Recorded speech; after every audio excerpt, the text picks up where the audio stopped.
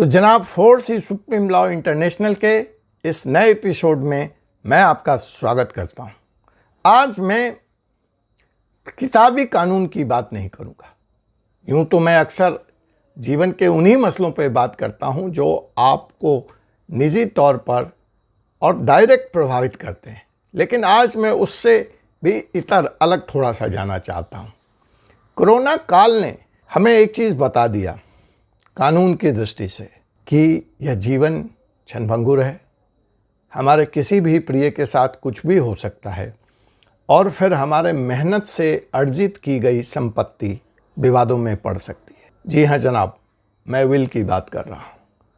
मैं इस दौर में बहुत सारे ऐसे केसेस देखे जहाँ परिवार आज संपत्ति रहने के बाद सड़कों पर भटक रहा है। दिल्ली की अदालत का ये हाल है। सक्सेशन सर्टिफिकेट के केस पिछले 2 साल से कोर्ट्स में टेकअप नहीं हो पाए। ऐसी हालत में संपत्ति रहते हुए भी परिवार दर दर की ठोकरें खा रहा है। क्या आप चाहते हैं कि खुदा न खास्ता आपके परिवार को भी इन स्थितियों से दो चार होना पड़े? आप नहीं चाहेंगे। तो इसीलिए आज के एपिसोड में मैं आपको यह बताने जा रहा हूं कि आप अपना विल खुद कैसे लिखें और अपना विल आप क्यों लिखें। देखिए, विल के बारे में कुछ भ्रांतियां हैं। हमें ऐसा लगता है कि विल तो किसी ओल्ड एज का, जब उम्र की सीमा 60, 65, 70, 75 हो जाए तब लिखने का काम है। देखिए, यह भ्रांति नंबर 1 गलत है। आपका घर अगर 1 से ज़्यादा है तो आपकी उम्र चाहे जो कोई भी हो, मेरी सलाह doctor Ajay Kumar Pandey, advocate Supreme Court of India की यही है कि आप अपना विल अविलंब लिख लें। अगर आपकी उम्र 40 भी क्रॉस कर चुकी है तब भी मैं आपको यह सलाह दूंगा कि आप संपत्ति के मालिक हैं, आपका संपत्ति है। संपत्ति 2 तरह की होती है, सेल्फ एक्वायर्ड निजी संपत्ति जो आपने खुद स्व अर्जित संपत्ति, और विरासत में मिली संपत्ति। तो अगर ऐसी किसी संपत्ति के आप मालिक हैं तो आप एज पे ना जाएं, आपको अपना विल लिखना चाहिए। तीसरी बात, विल लिखने में कोई डरना नहीं चाहिए, क्योंकि आपको ऐसा लगता है कि हमने विल लिख दिया तो घर में उसके क्या परिणाम होंगे, कल को मेरा मन बदलेगा तो मैं क्या करूंगा। तो जनाब मैं बता दूं, ये विल है, ये गिफ्ट डीड नहीं है कि इसकी वापसी नहीं हो सकती है। आप अपने पूरे जीवन काल में जितनी बार चाहें आप विल को बदल सकते हैं। तो इसलिए भ्रांति नंबर 2 कि अगर मैंने विल लिख दिया तो ये लास्ट एंड फाइनल है, इससे भी बाहर आ जाए। विल की आवश्यकता को देखते हुए और समस्याओं को देखते हुए कई बैंकों ने भी विल लिखवाने की एक कॉमन पद्धति की शुरुआत की है। जनाब, नहीं होने से कुछ तो अच्छा है, लेकिन अगर आप मेरा सुझाव चाहेंगे कि क्या इस बैंक के सॉफ्टवेयर के द्वारा विल लिखा जाना चाहिए, तो मैं 2 बातें कहूँगा। देखिए, आपका विल है नहीं तो उससे तो बेहतर है कि कुछ है, लेकिन अगर आप वास्तव में इस बात को लेकर के सीरियस हैं तो मैं यह सलाह दूंगा कि आपका विल स्पेसिफिक विल होना चाहिए, क्योंकि हर व्यक्ति की परिस्थितियां, विरासत, संपत्ति का ब्यौरा अलग अलग है। So one size fits all come से कम इस मामले में यहाँ पर काम करता हुआ नज़र नहीं आएगा। विल की आवश्यकता इसलिए भी है जनाब कि मैं आपको एक डाटा बता दूं। हम कोर्ट को, न्याय व्यवस्था को दोषी ठहराते हैं कि यहाँ सिर्फ तारीखें मिलती हैं, फैसले नहीं मिलते। तो जनाब, कोर्ट क्राउडेड क्यों है? कम से कम हम अपना रोल तो करें। जिन विषय में कोर्ट जाने की ज़रूरत नहीं है उसकी व्यवस्था तो करके जाएं।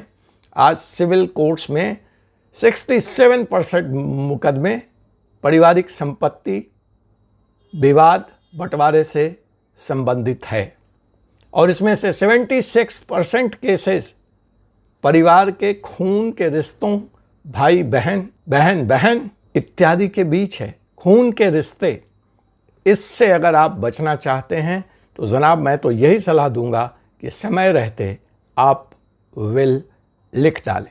मैं 2 किस्से सुनाना चाहूँगा अगर यह एपिसोड मुझे इजाज़त देता है समय सीमा, वरना एक तो मैं कंप्लीट करूँगा, अगले में मैं अगले एपिसोड की चर्चा करूँगा।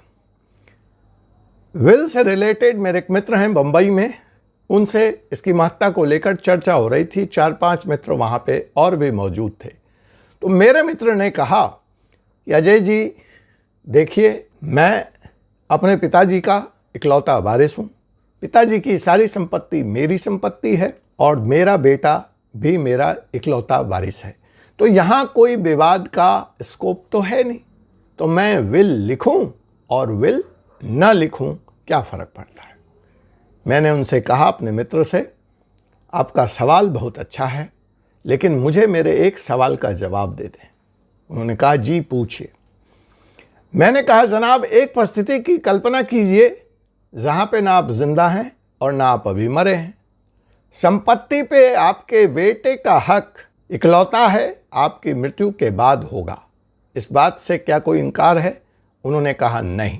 तो मैंने कहा, अब आइए एक ऐसी स्थिति की कल्पना करते हैं जहां ना आप जिंदा हैं और ना आप मरे हैं, मतलब आप हॉस्पिटल के बेड पे वेजिटेबल स्टेट में हैं और आपका बच्चा आपके जान को बचाने के लिए किसी संपत्ति को बेचना चाहता है, आपके बैंक अकाउंट से पैसा निकालना चाहता है, क्या वह कार्रवाई कर सकता है? उन्होंने कहा नहीं। तो मैंने कहा कि क्या जीवन में 10% भी ऐसी स्थिति का चांस नहीं हो सकता है किसी व्यक्ति में? उन्होंने कहा हो सकता है। मैंने कहा क्या उसका मुकम्मल इंतज़ाम नहीं किया जाना चाहिए? उन्होंने कहा किया जाना चाहिए। तो जनाब, मैं बार बार यह कह रहा हूँ कि उसका मुकम्मल इंतज़ाम विल के जरिए किया जा सकता है। आप विल समय रहते ज़रूर कराएं। अब आइए, यह तो बात हुई ऐसे किसी व्यक्ति की जिसने विल नहीं कराया था, नहीं कराना चाहता। अब मेरे एक और मित्र हैं, यहीं दिल्ली में रहते हैं, उनसे मेरी बात हुई विल को लेकर। उन्होंने कहा मेरा विल है, उछल के। मैंने कहा ठीक है, अगर आपका विल है तो आप मुझे विल को दिखाइए। जब मैंने विल को देखा जनाब, विल में कोई एक्सक्यूटर ही नहीं था। विल एक सीक्रेट डॉक्यूमेंट है। विल को आपके जाने के बाद एक्सक्यूट करने की जिम्मेवारी किसी और की होती है, तो विल में एक्सक्यूटर अपॉइंट होना चाहिए। इस विल में कोई एक्सक्यूटर ही नहीं था। विल रजिस्टर्ड हो ना हो ये एक बार चल सकता है, लेकिन एक्सक्यूटर का अभाव। उसी तरह से विल में ना इंश्योरेंस का ब्यौरा, ना संपत्ति का ब्यौरा, ना किसी बैंक लोन का ब्यौरा। तो ऐसा विल जहाँ यह स्पष्ट ही नहीं है कि आपके एसेट्स क्या हैं, आपकी लायबिलिटी क्या है, आपकी इंश्योरेंस पॉलिसी क्या है, आपके जाने के बाद आपके परिवार को कौन बताएगा, इसकी जानकारी उसे कहाँ से मिलेगी, तो ऐसा विल किस काम का। तो मेरा आपसे निवेदन है कि पहली बात कि अगर आपने विल नहीं लिखा है तो आज ही लिखें। विल में लिविंग विल का कॉन्सेप्ट ज़रूर डालें, ताकि वह स्थिति जिसमें ना आप जिंदा हैं ना मरे हैं एक्शन में आ सके।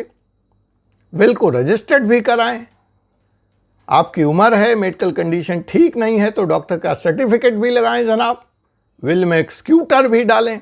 इन सब के बारे में मैं आपको यही सलाह दे सकता हूं कि किसी ऐसे वकील के पास जाएं जिसे Hindu Succession Act, property act, civil acts की अच्छी जानकारी हो और एक मुकम्मल व्यापक विल लिखें, अप्रूव कराएं, रजिस्टर्ड कराएं, ताकि आपके जाने के बाद आपके परिवार के सदस्यों को विल के अभाव में अदालतों के चक्कर न काटने पड़े, सक्सेशन सर्टिफिकेट के लिए न भागना पड़े, प्रोवेट कराने की ज़रूरत ना पड़े और आपने अपनी मेहनत से जो संपत्ति अर्जित की है वह वास्तविक हकदारों पर समय से मिल जाए, वो एंजॉय कर सकें।